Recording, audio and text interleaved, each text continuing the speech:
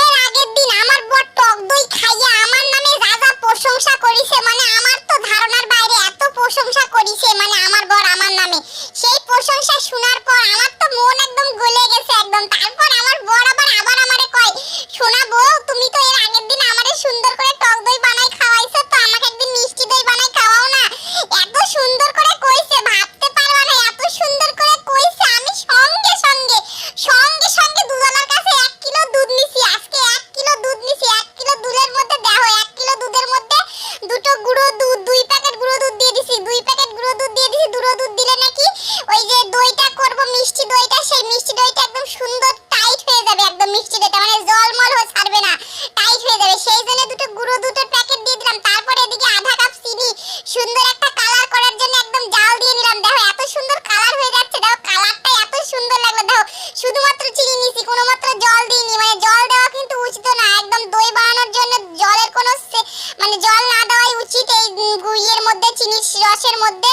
সেই জন্য দেখো আমি পুরো শুধু কড়াইয়ের মধ্যে, শুকনো কড়াইয়ের মধ্যে চিনিটা জাল দিয়ে এত সুন্দর কালার করে নিয়েছি। সেই কালারের কোরান নেওয়ার পর এত সুন্দর একটা গন্ধ আসতেছে। তারপরে সেই দুধ জাল দিলাম, দুধের মধ্যে একটু এলাচ দিয়ে দিলাম, এলাচের টুকরো, এলাচের যে ফলটা থাকে সেই ফলটা দিয়েছি, কারণ এলাচের ফল দিলে এত সুন্দর একটা গন্ধ করতেছে না, সেই গন্ধ করে। আর সেই যে কড়াইয়ের মধ্যে যে চিনিটা জাল দিয়ে নিলাম, সেই চিনিটা দেওয়ার পরে একদম পুরো দইয়ের যে সেন্টটা, সেই সেন্টটা পাওয়া যাচ্ছে। জানো এক্ষুনি মনে হচ্ছে খেয়ে নি। আমি টক দই খাই না, কিন্তু মিষ্টি দইটা আমার ভালোই লাগে, সেই জন্য আরো ভালো করে করতেছি। তারপরে পরিমাণ মতো চিনি দিয়ে দিলাম, যেটুকু তোমরা চিনি পছন্দ করো, যার যেরকম দুধ নিবা সেই পরিমাণে চিনি দিয়ে দিবা। তারপরে দেখো এত সুন্দর একটা কালার আসছে। আর আমি দেখো দই বানাতে গিয়ে মিষ্টি দই বানাবো ভাবছিলাম, তারপরে দেখো ক্ষীর দই পুরো হয়ে গেছে। মানে এত জাল দিয়েছি, এত জাল দিয়েছি, পুরো একদম ক্ষীরের মতো হয়ে গেছে।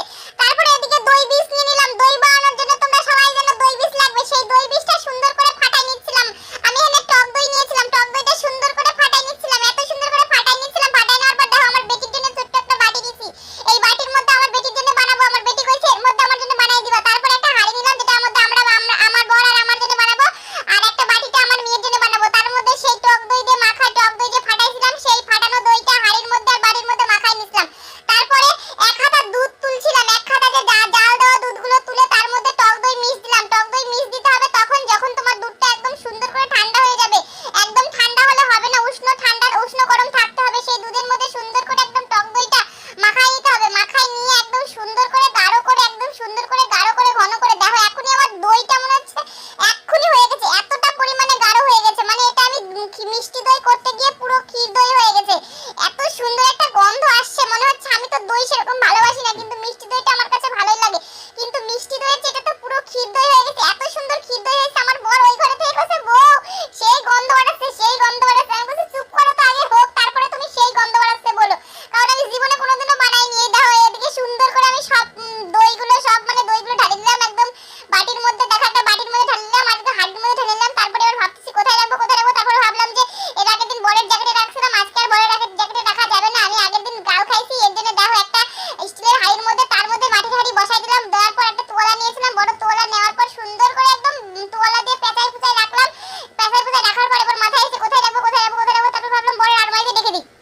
বরের আলমারিতে রেখে দিতে যায় একদম সুন্দর করে আস্তে আস্তে নিয়ে যাচ্ছে, যেন পড়ে যেন না যায়। তারপরে ভাবতে মনে পড়ছে, ওরে বাবা, আজকে তো বরের জ্যাকেটে রাখিনি, আজকে আমার সেই গালও খাওয়া লাগবে না, আজকে তোয়ালার মধ্যে রাখবো। তারপর মনে পড়ছে, ও বাবা, আমার মেয়ের বাটিটা কোথায় রাখবো আমার মেয়ের বাটিটা।